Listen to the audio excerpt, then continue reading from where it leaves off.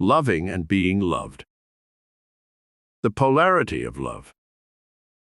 Most people, when they think of love, think of being loved, and seldom of the spiritual act of loving. As a consequence, their idea of love is unreal, one-sided, impossible of attainment, for being loved is only one pole in the magnetic field of love. The other is loving. Without both, there can be no love at all. Probably we have grown into this anachronistic state through over-concern with applause. Modern society sets great store by the winner, the entertainer, the performer, and undoubtedly we have grown to measure our social acceptance by how much admiration is accorded us. We develop a desire to be loved, not by loving in turn, but rather by dazzling, outperforming, seeking and holding the center of attention. Such false motivations alienate rather than attract, inspire envy and antagonism rather than love. But still the majority of people go through life humiliating others, trying always to beat them, forever insisting on their own superiority, then wondering why in the world they are not loved. It is possible to win love under false pretenses, but it is not possible to hold it. One can, by dint of singular physical attractiveness, personal charm, or great talent, win from others a profession of adoration. But unless such adoration is met with sincere lovingness in return, it soon will die. It is strange indeed that millions of people become frozen, isolated in little prisons of their own making, because they need to be loved and cannot find it, when all the while the tool of their liberation is in their own hands. All they have to do is love, and they will be loved in return. The silver link.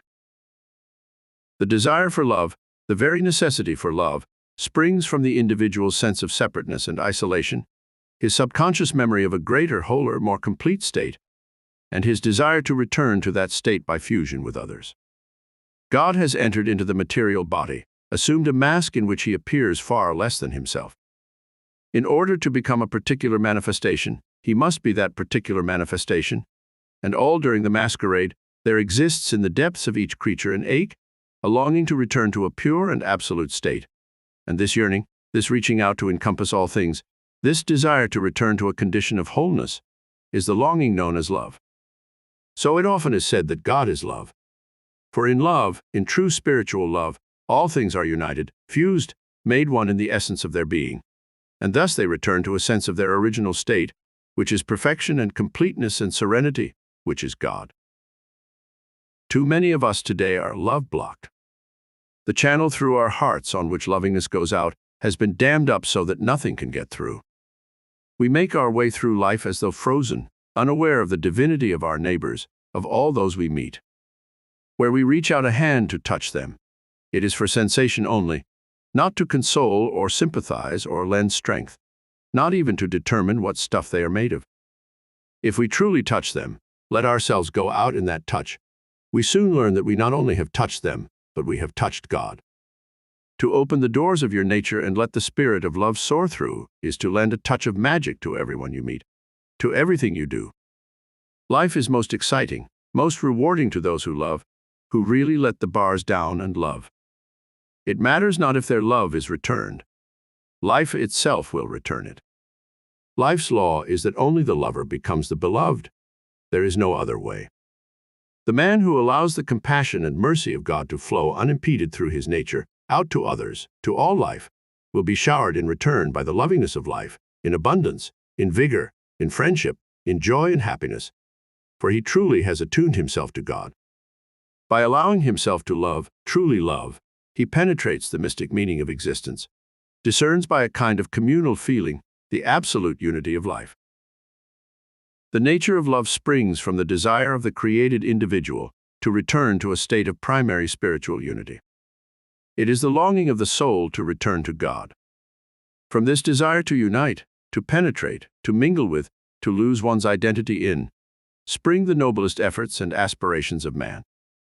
Men become explorers, researchers, students, writers, artists, philosophers, scientists, all because they seek to know more about, to better identify themselves with, the world they find around them and the world they find within.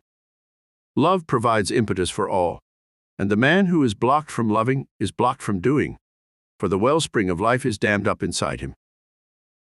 Love blocked. Charles was the kind of man who obviously was out to take what he wanted. No path was too devious, no means too unethical to be used to gain the ends he sought. When asked what those ends were, he replied tersely, "I'm going to be boss.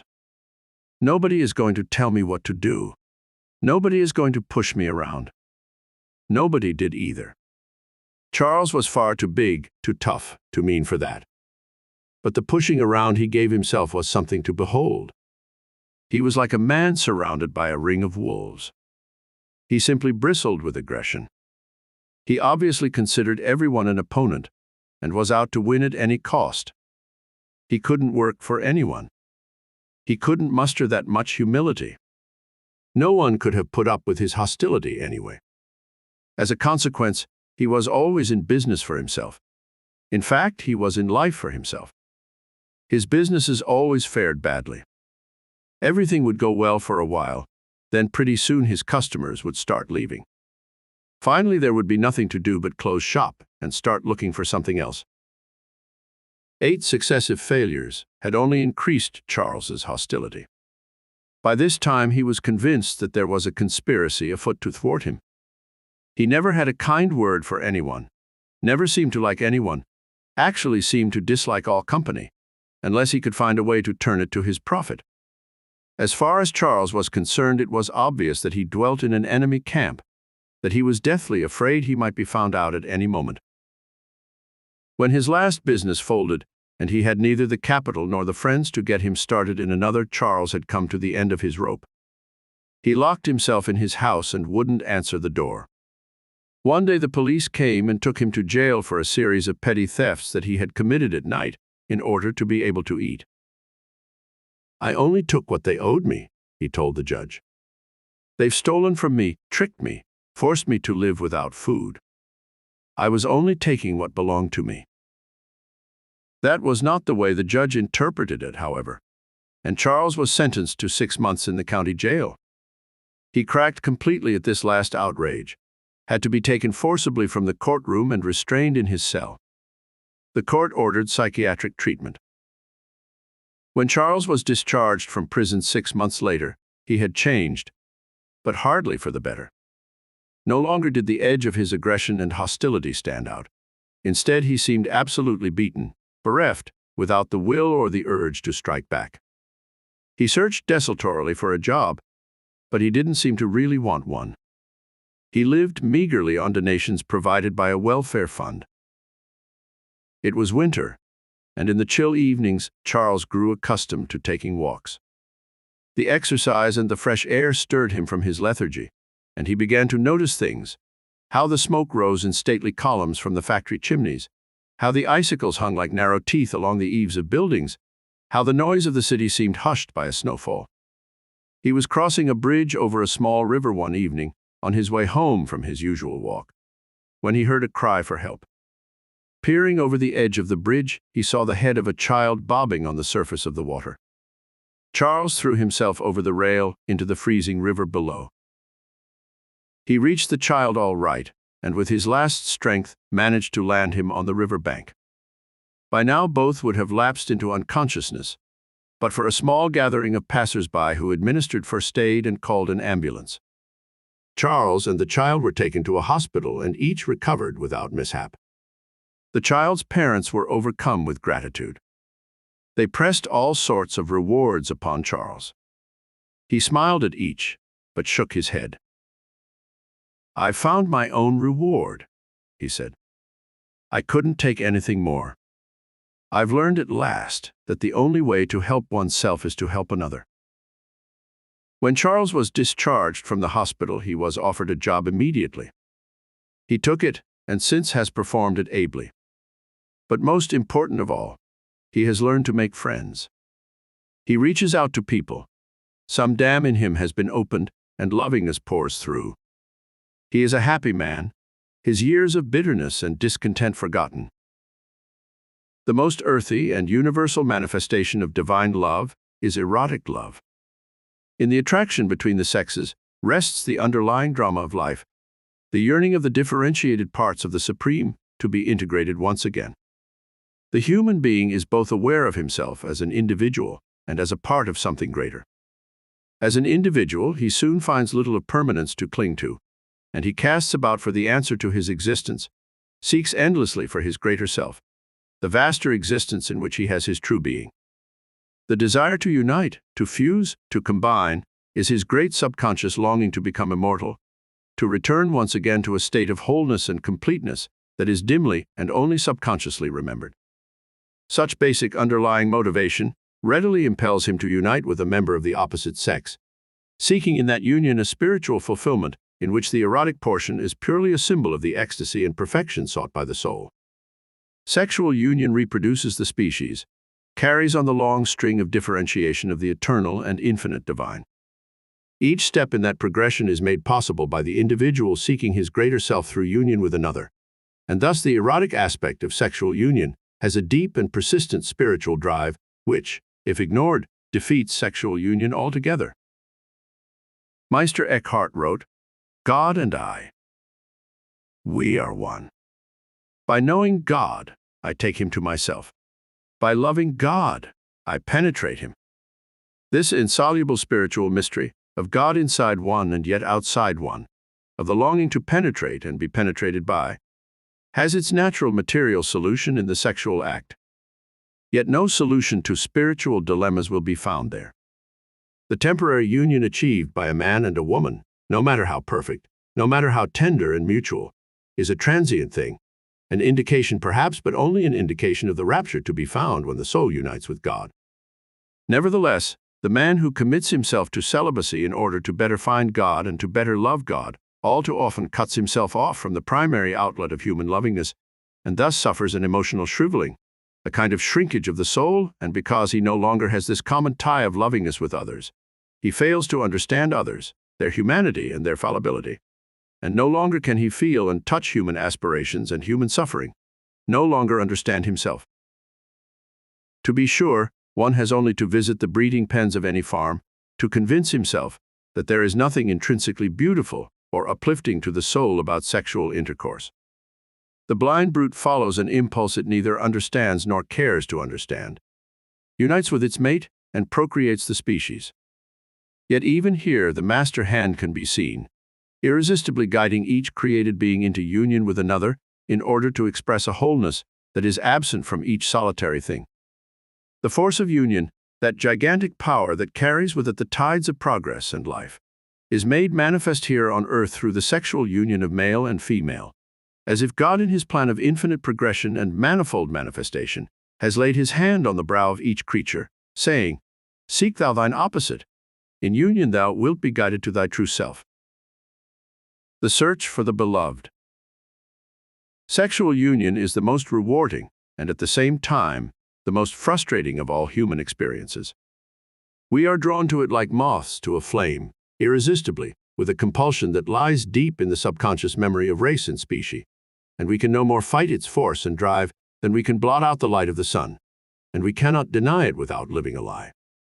Each of us carries in his secret heart, perhaps without ever having examined it, the image of his beloved. Oftentimes it is a trite and unworldly thing, overly idealistic, unreal in the sense that it is impossible of realization, as when a young girl, for example, envisages her knight in shining armor. Yet each of us finds her knight in shining armor, his fair maiden in distress, if only we are able to look upon God's created world as it actually is, and not as it is distorted to us through the eyes of the ego. We are drawn to love in order to become whole, in order to find in union a completeness that we do not know in solitary existence. And for a while we find it, perhaps only for a moment, sometimes for a day, if we are very lucky for months, even years, but in the end it disappears, for we have fixed our lovingness upon the flesh and made it transient. We cannot finally be fulfilled in loving or being loved, unless our ultimate lover and beloved is God.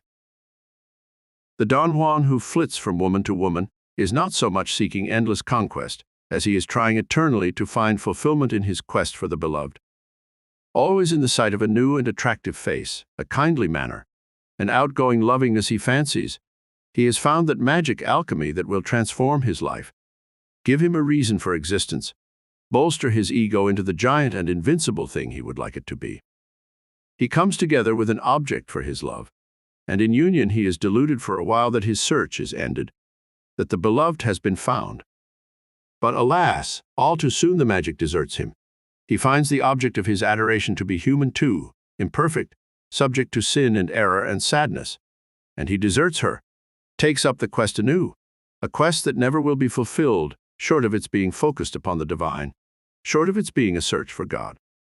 The pleasures of the flesh will not satisfy it, nor even provide forgetfulness for more than a moment, and the longing of the soul to be reunited with its entire being, with its true self, with its Lord and Master, remains with the soul always until that longing is eased by divine union.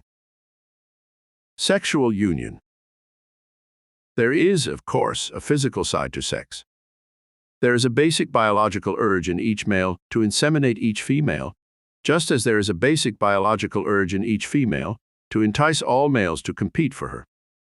Though these urges exist in subconscious and instinctive areas, and to all intents and purposes are purely animalistic, it is no good throwing up our hands and saying that they are abnormal or denying that they exist at all. They exist for the purpose of procreating the species, and the manner in which they exist is to ensure that the best and most hardy examples of the breed achieve union and have offspring. This method of choice is apparent throughout all nature. Why should it not exist in the human also? Though it is obvious that giving free vent to such urges in our modern society could hardly result in anything but chaos for the individual, such sociological implications in no way invalidate the urges themselves or make them criminal or explain them away. Let us recognize that we climb the ladder of progress by restraint and by discipline, and that the same problems exist in the saint as in the sinner. The man who achieves sufficient control over himself to be able to channel his urges and energies into constructive action on the behalf of himself and society has learned the secret of success. All energies are God-given, given to express in the manifold individualization of the divine a constant refinement, an ever upward and ever outward realization of a constantly sought perfection. He who gives over his works and his energies to God need worry no longer about being overcome by wrong action. His energies will be channeled along the path of the greatest good for all, and his security lies in his own faith and love. All the things of the enlightened man's life take on new and heightened significance. He finds in the sex act a spiritual union that adds to the sum of its rapture, to the totality of its ecstasy by opening planes and areas of experience that before were only vaguely hinted at.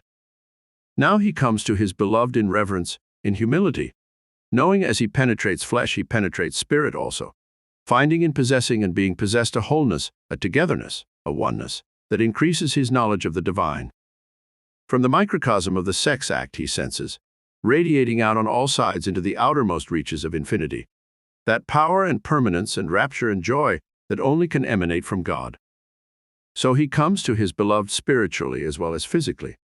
He knows the divine in his beloved as he knows the divine in himself, the two mingle and are one. Self-love. The true nature of love is made manifest through God's love for man, and the yearning of differentiated parts to be once more integrated in the whole has its first outgrowth in the drama of male and female, in their coming together, in their union, in the procreation that results. But as the awakening self becomes more aware, develops ego, divides itself from others and from God, there is born that thing of vanity and delusion, self-love. Self-love is the preening ego parading before the mirror of its own vanity, posturing this way and that, examining itself from all sides, seeking its own approval by a standard of comparison with others. The ego seeks to assure itself that it is better than those it sees about it. Accordingly, its opinion of itself is never the same as its opinion of the next fellow, but always better or worse. Since it is not equal soul to events, to victory and defeat, to gain and loss, it analyzes all things in terms of whether they benefit or obstruct. Thus it never sees things and people in their true light, but always in the coloration of personal vanity. Self-love blinds, deludes, narrows the world to the small egoistic self, is the most immature of all concepts. This absolute egoistic concern of oneself for oneself is natural only to infants. To be hung up in self-love, never to progress beyond it, is to be an infant for life, emotionally, mentally, perceptually. Yet self-love is a natural and necessary step in the ladder of progress, by which the divine marches toward ever greater and more complete expression as a created thing. Evolving life awakens to the knowledge of itself long before it awakens to the knowledge of its sustaining source, and seeing itself becomes enamored of itself, and ego and vanity are born. Vanity and ego may be deluding forms, hiding for the moment life's true meaning, but they are natural evolvements of the discovery of self, and the discovery of self is predecessor to the discovery of God. The enlightened man leaves behind self-love when he becomes aware that his surface nature is not his true self, and his body is not his true self, and that the animating presence which moves him to act, which thinks, wills, and exists within him, is common to all men, to all life. Knowing this, he abandons self-love, leaves the shell of the ego as his ripened soul bursts outward into a more universal awareness, and his sustaining and nurturing fount becomes the love of God. So he abandons the small self and takes up his existence in the great self. Self-love is the love of the awakening infant enamored of his image, as reflected in the eyes of others. He is the center of all attention, and his little world revolves around his every need. From this concern with self he grows to understand others, for only by knowing his own feelings is it possible for him to understand their feelings. In this way he matures, his love grows outward from the limitations of his egoistic nature and encompasses the outer world as well. Then he seeks an object for his love. Then he finds his mother. Mother love. In this first outpouring of love from the self to something other than the self, the growing child finds a pure object of adoration, uncritical, never rejecting, accepting, yielding all. This sense of being loved despite his faults, of being desired no matter how poor his performance, how ignoble his actions, leaves a deep psychological mark on the growing child, so that in adulthood, perhaps long after mother and home have ceased to be, the mere mention of either in conversation or song can bring tears to the eyes of a hardened sinner. He recalls a time when he was loved for himself, not for what he might become or promise to be. He was the beloved, and he had nothing to do but accept that love. He loved in return, of course, but only according to his mood or according to how much love was tendered him. The simple fact of existence was all that was necessary to be loved. He had no tasks to perform, no walls to scale, no citadels to storm, nothing to win. He was loved because he was alive, and this condition, he falsely assumed, would be his permanent status in life. Nothing on earth is more necessary in the evolving scheme of things than the love of mother for child. Constant care and uncritical devotion are essential in getting the helpless infant to a state of independence. But where the child is unable to shake off the psychological need for his mother's love, he is unable to mature to adulthood, cannot find the resources within himself to cope with the problems and vicissitudes of life. Because he feels that his share in life is to be uncritically loved, he cannot bring himself to make the effort required to earn love, to merit it because of his behavior toward others, or because of tasks performed in their behalf.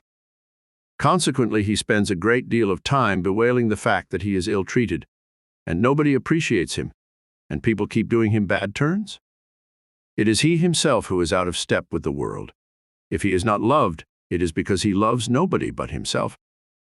He is like a sponge, drawing in endlessly all affection, but yielding none back. He supports no one, seeks always to be supported. He is a lichen on the tree of energy. He attaches himself like a parasite to those he knows and feeds upon the free flowing of their affection, until natural imbalance causes a cessation. Be a lifter and not a leaner. Give over your strength and energies to the divine. Love him, love his created things, love your fellow man. You will be loved in return. God will love you, and in that love you will find such warmth and joy as will buoy you to the zenith of the heavens. Seek not to hold on to that which must be let go. The uncritical love of mother for child must not be carried into adult life, but gradually must be replaced by a mature love between individuals, one that can be sustained only by a sincere affection on both sides, each meriting the other. And seek not to inject mother love into adult relationships. Such relationships are doomed to failure, for they are based upon unreality. Love lives only by being both given and received, and soon dies if either movement is withdrawn. For essentially, love is a borrowing from God of a small part of his nature for use upon earth. It is a coming together of spiritual elements that in fusion exceed themselves. It is a borrowing and a lending of strength and energy, the better to build the race. It is aspiration and achievement, hope and fulfillment, longing and union. It is the divine revealing himself in humanity. Too much mother. Two people were truly concerned about Tom, his wife and his doctor. But his mother thought he was wonderful. She just couldn't understand what the fuss was about. So what if Tommy drank a little and had some trouble holding jobs? He was young yet, he'd get it out of his system. Why, it only showed he was spirited, independent, that was all. She was bitter at his wife for not upholding his actions, at his doctor for suggesting psychiatric treatment. Tom had been cited twice for drunken driving, had nearly killed an aged pedestrian, had been fired from 7 consecutive jobs, holding the longest 10 months. He was 34 years old, the father of 3 children. His case was a classic example of arrested emotional development. He had reveled so long in his mother's love that he just couldn't face a critical world. Each time he met any attitude other than complete approval, he was provoked immediately to temperamental displays of sulkiness, bitterness, and retribution. One of his superiors said of him, "He's capable, all right, but such a child. He rages and broods like a 2-year-old. During the time he was in my department, we were in a constant state of upheaval. I simply had to get rid of him." Everybody had to get rid of Tom. Only his mother could stand him. Even his wife was fed up, standing by only out of compassion. When Tom's doctor suggested psychiatry, Tom told him to go jump out the window, seemed pained when the doctor didn't. At last Tom came to trial for driving while drunk and seriously injuring an elderly lady. The evidence was incontrovertible. He was found guilty and sentenced to 11 months in jail. His doctor intervened, however, and suggested that Tom was willing to undergo psychiatric treatment if put on probation. When questioned by the judge, Tom agreed, and sentence was suspended. Better the head shrinker, Tom told his wife, than 11 months behind bars. He settled down to psychiatric therapy 3 times a week. He had no job, no friends, and his wife was on the verge of leaving him. He thought everyone was mad, except Mother, of course. Mother stayed right by his side. She insisted he come live with her, and when the psychiatrist flatly refused his permission, she inveigled Tom's wife into putting her up in their home. The psychiatrist realized he had lost the first skirmish, but he doubly resolved to win the war. He made it a mandatory part of Tom's therapy that he spend 3 afternoons a week at an athletic club. No mama's boy, he assumed, could manage such a program unchanged. One afternoon, Tom was invited into a handball game. He had a partner, and they played 2 opponents. When the game went badly, Tom accused his opponents of cheating. When his partner remonstrated with him, he accused him of being in a conspiracy to make him look bad. Nobody could calm him down.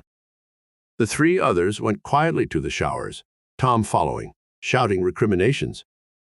He challenged the smallest of the 3 to a fight, and when the fight was declined, struck him anyway.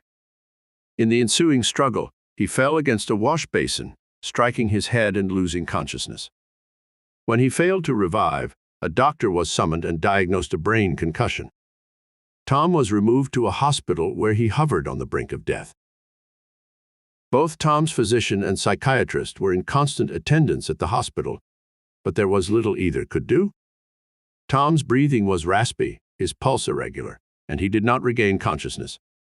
A blood clot on the brain was causing increasing pressure and seemed certain to bring death eventually.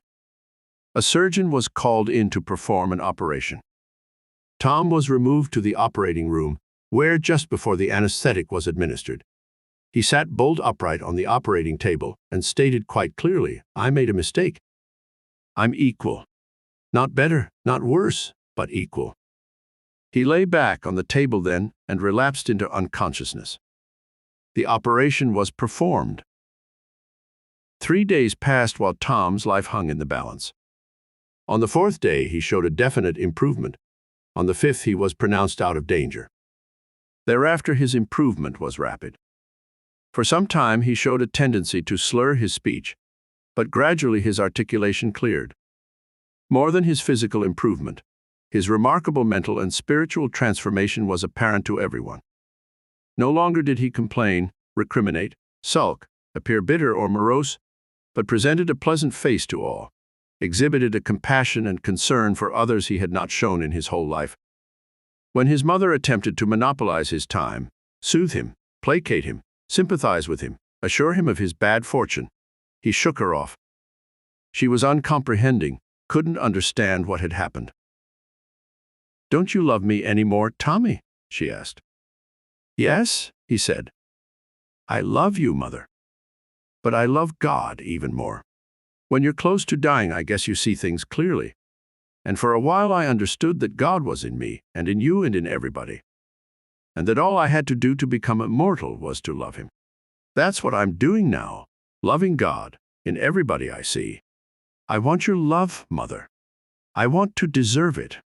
But I don't want to be protected. Can you understand that?" She didn't quite understand it, but she sensed she couldn't change it. "I guess so, Tommy," she said. He smiled at her. He didn't need it now, but at last he had her permission to become a man. Brotherly love. So the growing child matures beyond the egoistic sense of always being the beloved into an awareness that the world is peopled with others a great deal like him. He sees that in each of them exists a consciousness possessed of like urges, desires, problems, a consciousness which, though invisible, he senses to be the same as his own. Seeing this, he opens the doors of his own nature and reaches out with spiritual hands to meet others. When he does, his egoistic sense of isolation is shattered forever, and he realizes once and for all that he is striding across life in the company of many brothers. Brotherly love closely approaches divine love, for it is a gathering together of the divine's differentiated spirit. It is a beholding and an awareness of self by self, a mutual knowledge of common kinship with the master spirit of all creation. Who loves another gets outside himself, feels the vaster reaches of his true spiritual being, and thus is able to perceive God more clearly in himself as well as others. True brotherly love does not relate from surface to surface, but rather from center to center. Outwardly, your neighbor is a great deal different from you. Taller, shorter, thinner, fatter, of different ethnical extraction, perhaps different religious training.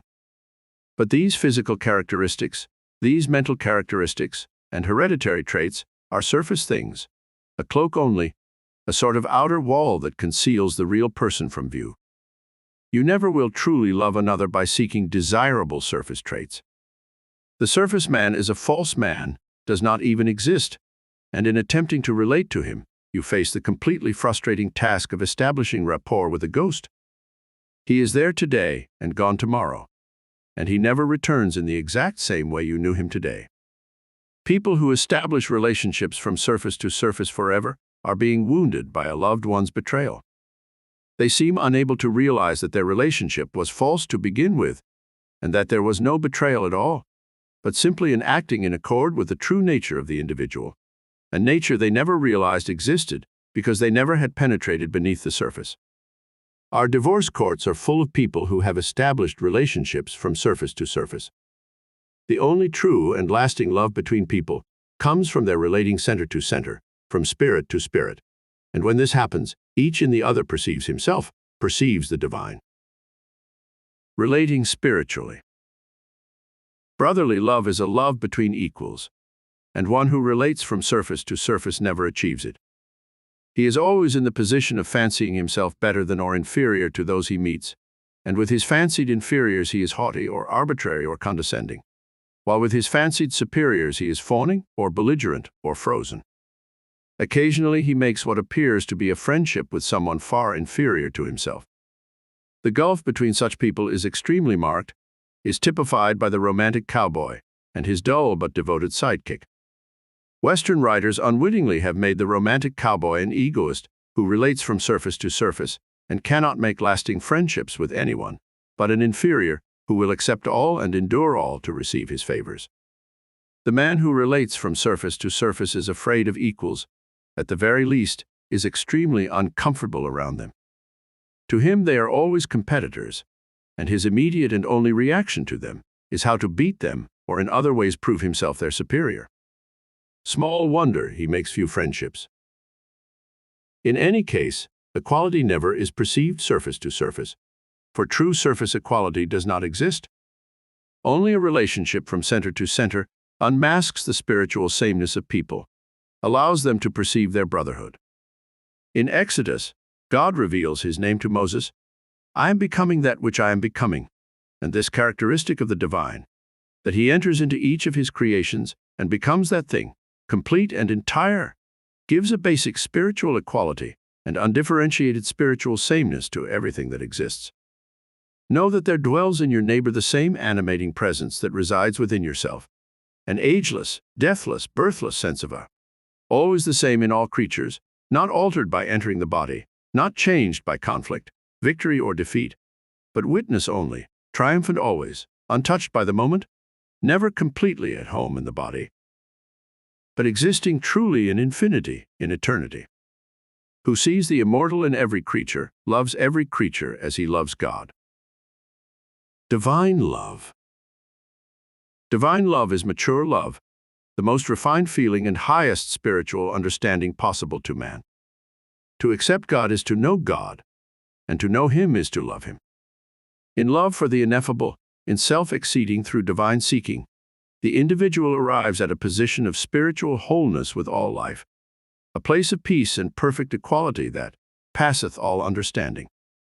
Here is the true kingdom of heaven, a kind of divine consciousness that descends into the soul by special dispensation of the Supreme, a gift restricted to those who love God with all their hearts, and all their souls and all their minds. Here is the divine alchemy that transmutes human clay into something noble and indestructible, that makes from baser substance a precious spiritual distillation, lending new color and form to the entire world, to all existence. Here is the key, which, when known and understood, unlocks the secret door in the wall of separateness and allows the self to circulate freely through all existences.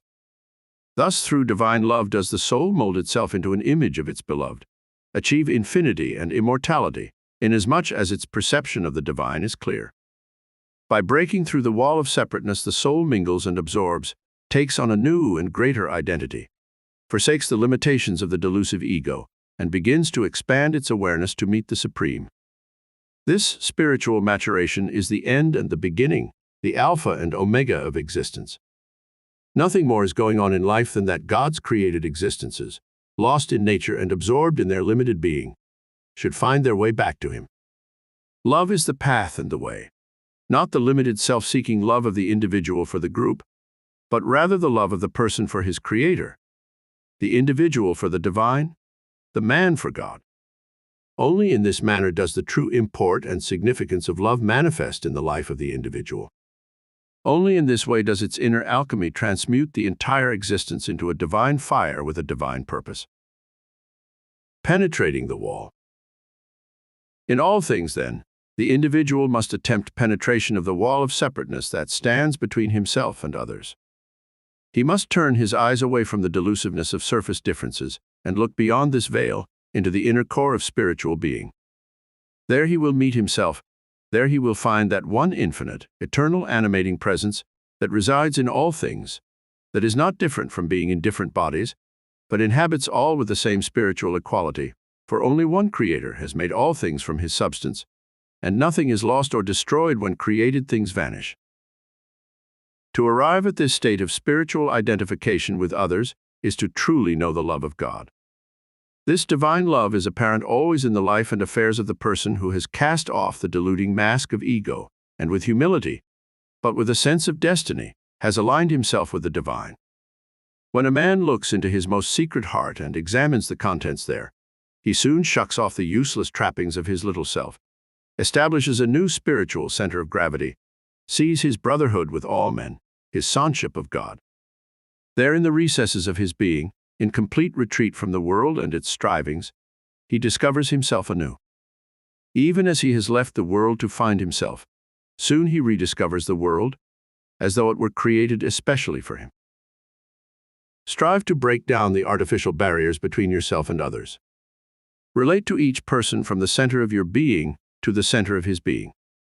Turn your mind and heart away from surface differences and discover the spiritual oneness of yourself with others, of yourself with God. This discovery will fill your life with divine love. Your entire existence will be changed. Winning friends. Perhaps more than any other single human endeavor, each of us strives to win friends and social acceptance. Human activity falls mostly into group activity, and almost as soon as we are out of our cradles, we are associated with various groups. First, there are the neighborhood children, later the nursery school, the various higher schools. Then the company we work for, the clubs we belong to, our city, state, nation, church, family. Always we attempt to win approval within each group. Always we attempt to make of certain members our fast friends, so that we may have confidence for our troubles and sharers for our triumphs. The man who has many friends and has won the acceptance of his fellows invariably is a happy man, while he who is ostracized by his group suffers pangs of loneliness and self-doubt. This is not to hold a candle for conformity or to extol the virtues of presenting a constantly pleasant face to one's neighbors. A man must follow his own flame. Each of us dances to the piper, but each of us hears different music. To attempt to mold one's self in the image of one's fellows is not only foolish, but impossible. Only by finding one's own self can one win true friends, true acceptance. All else is hypocrisy and is bound to be recognized sooner or later. We all have known people who have cultivated fluent styles of speaking, who are able to throw themselves into any role they choose and play it convincingly, while all the time they feel nothing but the desire to please, to charm, to command the center of attention. This person is an actor on the stage of life. He is amusing, often charming, seems to radiate vitality and energy. But on knowing him better, we are disappointed. We find his whole effort has been bent on creating an impression, and now that we have been admitted behind stage, he no longer seeks to impress us. Underneath that poised and entertaining facade, we find a total blank, a nothing, for he is never himself but only an occasion which constantly is different, and in which he dons whatever role is there for him to play. He plays so many parts he has lost himself among the characters. He is not himself, for he does not know what he is. Such a person often is a talented actor on stage, screen, or television, but almost inevitably the breakdown comes, the total diffusion of a personality spread too thin. Adhesion is lost, and wholeness, and the individual skitters about, victim of every wind that blows, his divine quality of decision gone. Find yourself. We must be what we truly are, and what we truly are is a question to be settled only between ourselves and God. Mistakenly, we often set up patterns which are foisted upon us by fear, ambition, jealousy, or acquisitiveness, and in following them, we lead false lives. We cannot truly attract friends and social acceptance when such motivations lie at the bottom of our activities. They are bound to show through, bound to alienate. But when we let go of personal avarice and ambition, when we turn our lives over to the divine to do with as he sees fit, then we find that we are a power doubled upon itself. We begin to see the supreme in everything we do, and everything begins to represent the supreme. In a divinely authentic action, through the completely true being that we have become, we send out tendrils of spiritual connection to all those we meet. We know them as ourselves. They know us as themselves. Friends are ours and social acceptance, though we be on the surface different from every human that lives. In that difference itself, our spiritual oneness with God is apparent. It is, of course, foolish to think that we are going to want everyone for a friend.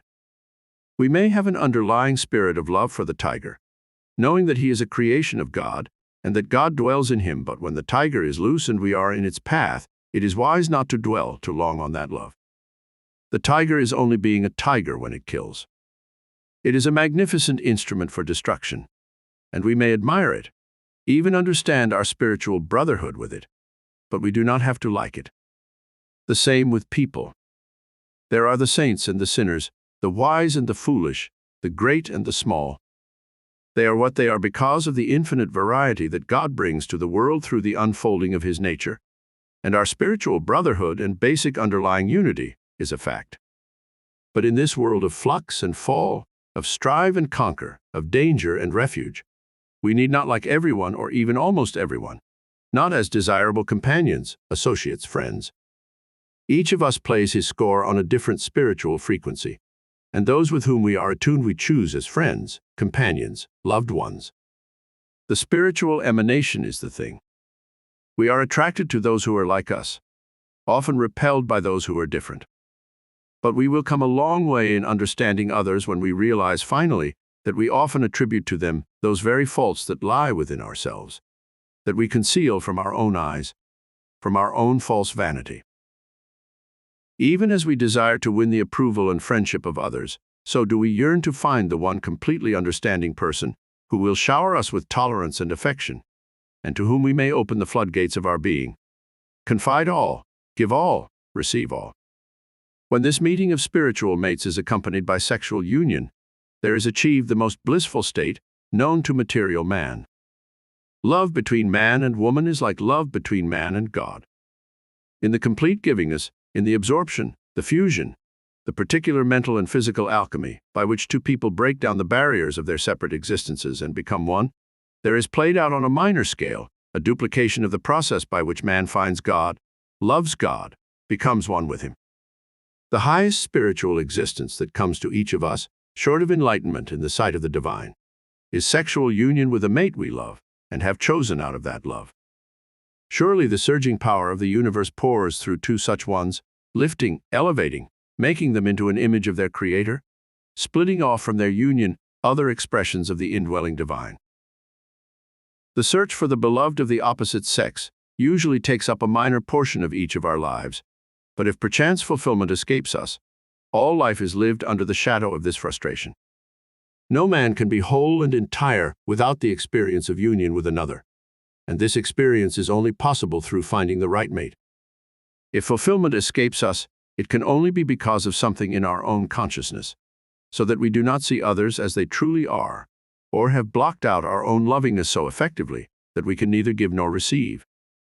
In either case, we continue our search endlessly, peering into each passing face, wondering if perhaps tomorrow will bring into view that joyous one, whose simple beholding will right all our wrongs, set all our doubts and fears to rest. But the longer we search, the more futile our quest, for time instills fantasy in place of fact. Like the sudden discovery that God is within, so the quest for the beloved only is ended when we recognize that His image is also within and is not to be found outside. When we realize this, we can let another into our hearts with tolerance and understanding, and the perfection of the image will not be tarnished, but will adjust and mature until the one who has entered merges with it. The unattainable lover. Adele had been an attractive girl, and now she was an attractive woman. But though she was in her mid-30s, she still was unmarried. "Oh, it's not that she hasn't been asked," her friends said of her. "It's just that she's choosy, maybe too choosy." Undoubtedly, they were right. Adele had been engaged 7 times. Each time, only a few days before the ceremony, she had called the impending marriage off. "I know it seems like a pattern," she said, "and it probably is very odd. But when I finally knew each engagement was wrong, what else could I do?" "You might have tried going through with the ceremony," she was told.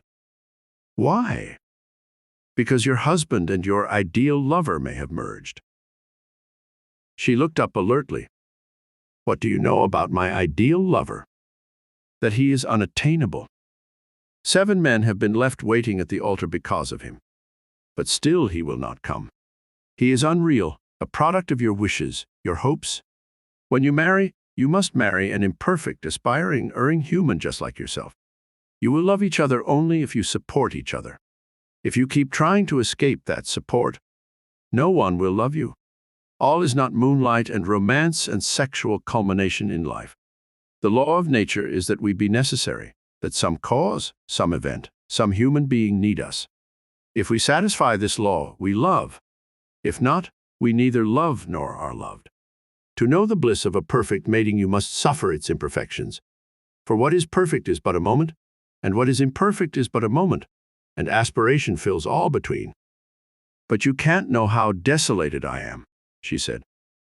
Calling off each marriage was like accepting the end of everything. I didn't want to, but I knew they were wrong, and I just couldn't help myself. Adele, she was told, marriage, like everything else in life, is exactly what we make it. If you feel a sense of incompatibility with all prospective husbands, it is because that incompatibility is in yourself. Think, have you truly accepted yourself? She hesitated. Perhaps I haven't, she said finally. Do you know why? She shook her head. Have you accepted God? She looked startled. What's that got to do with it? Perhaps a great deal.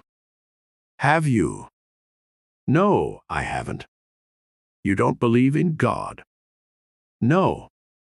Then you think you're just an accident, that everybody is just an accident, that the world itself and everything in it are just accidents?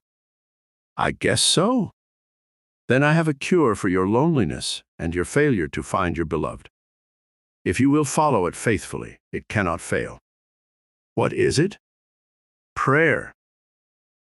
It took some time to persuade Adele that she wasn't being hypocritical in praying to a God she did not believe in, but she was told that God would reveal himself if she would persist. She was given a simple prayer to repeat thrice daily in the seclusion of her room. She said she would see it through for 1 month. 7 years have elapsed since then, and Adele still prays 3 times daily. She is married, the mother of 4 children, an active member of her local church. Speaking of that first experimental month of prayer, she says, the very first time I got down on my knees and said those simple words, my heart opened and tears streamed down my cheeks. God was there. I knew it was He. All bitterness and resentment seemed drawn out of me, and I was clasped around as if with loving arms.